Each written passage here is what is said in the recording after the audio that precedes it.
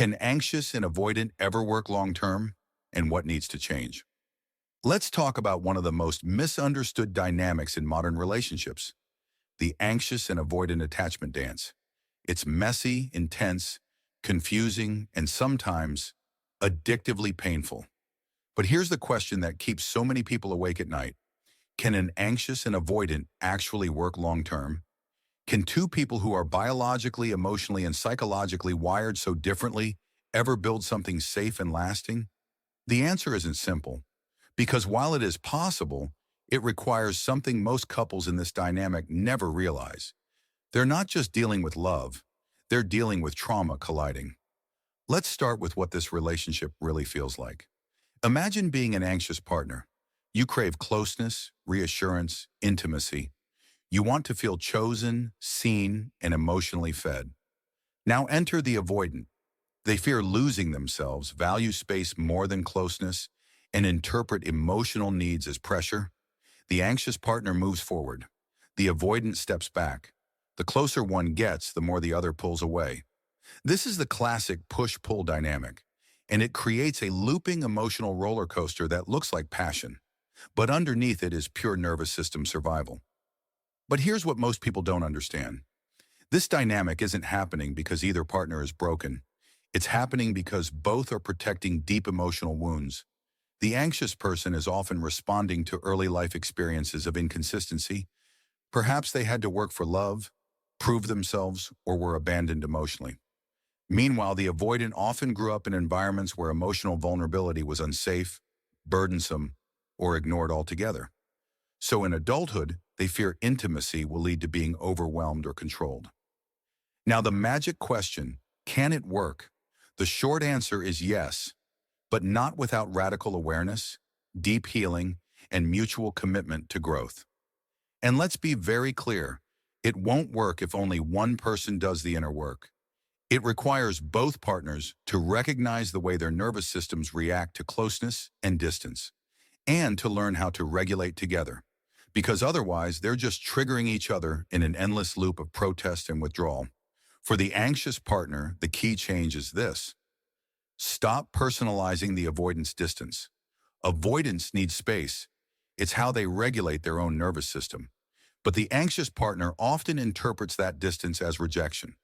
This leads to protest behaviors, texting more, begging for attention, spiraling into fear. The transformation happens when the anxious partner builds internal security.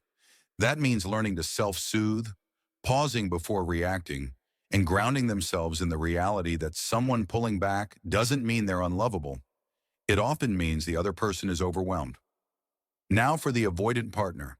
Their work is harder in a different way, because while anxious types feel everything loudly, avoidants are often emotionally shut down.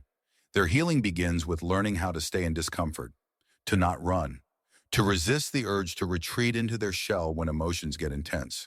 For the relationship to work, avoidants must learn the language of emotional presence. That means responding instead of withdrawing, communicating instead of disappearing.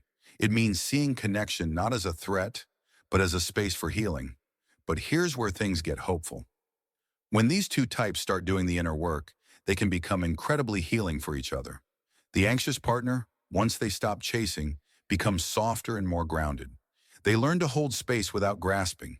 And the avoidant, once they stop avoiding, starts showing up. They learn to feel without shutting down. And when both evolve like this, the bond becomes strong in a way that's deeply secure, because both people have faced their shadows and chosen to grow. However, to make that growth sustainable, boundaries are essential. Anxious partners often fear setting boundaries because they don't want to lose the connection. But without boundaries, the avoidant ends up feeling smothered, and the anxious person ends up feeling resentful. Boundaries actually protect love. They define the safe space where both people can exist as individuals and as a unit. The anxious partner needs to say, I need regular communication to feel emotionally safe. The avoidant partner needs to say, I need space to process my emotions. And both have to agree that these needs aren't attacks. They're invitations to connection. Another big shift, understanding triggers. Triggers are inevitable in this dynamic. The anxious person will be triggered by silence. The avoidant will be triggered by intensity.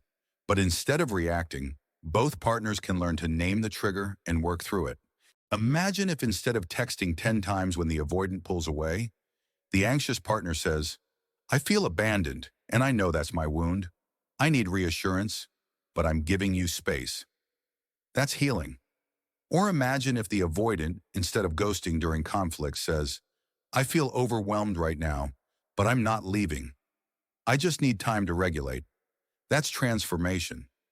Let's also talk about communication, because it's everything in this relationship. These two types often speak different emotional languages. The anxious partner speaks in feelings. The avoidant speaks in logic. So when the anxious says, I don't feel loved, the avoidant hears, you're doing something wrong, and shuts down.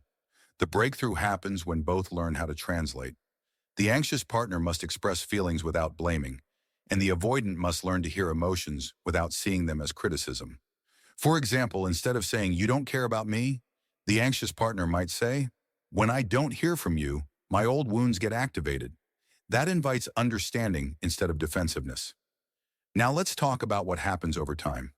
Even if both people do the work, the road isn't linear, there will be setbacks, the avoidant will still sometimes pull away, the anxious will still sometimes overreach. But the difference is this. With awareness, those moments become invitations instead of threats. They become moments to practice love, not run from it. Because in the end, that's the real test of long-term compatibility. Not whether you avoid conflict, but whether you repair after it. So can an anxious and avoidant make it work? Yes, but not if they stay in survival mode. Not if they keep trying to win, prove, or run. The anxious partner must stop needing the avoidant to complete them. And the avoidant must stop seeing independence as the only path to safety. True intimacy requires interdependence. Two whole people, aware of their wounds, committed to healing together. That's what makes love last. Not perfect alignment, but mutual evolution. And one more thing. Don't let the label define your fate.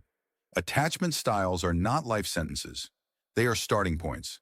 With therapy, reflection, patience, and sometimes separation to grow individually, both anxious and avoidant people can move towards secure attachment. You don't have to be stuck in the cycle, but it takes both people wanting to break the pattern, not just with words, but with action.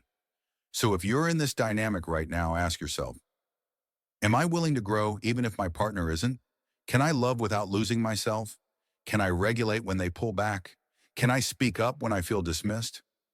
These are the questions that build the bridge.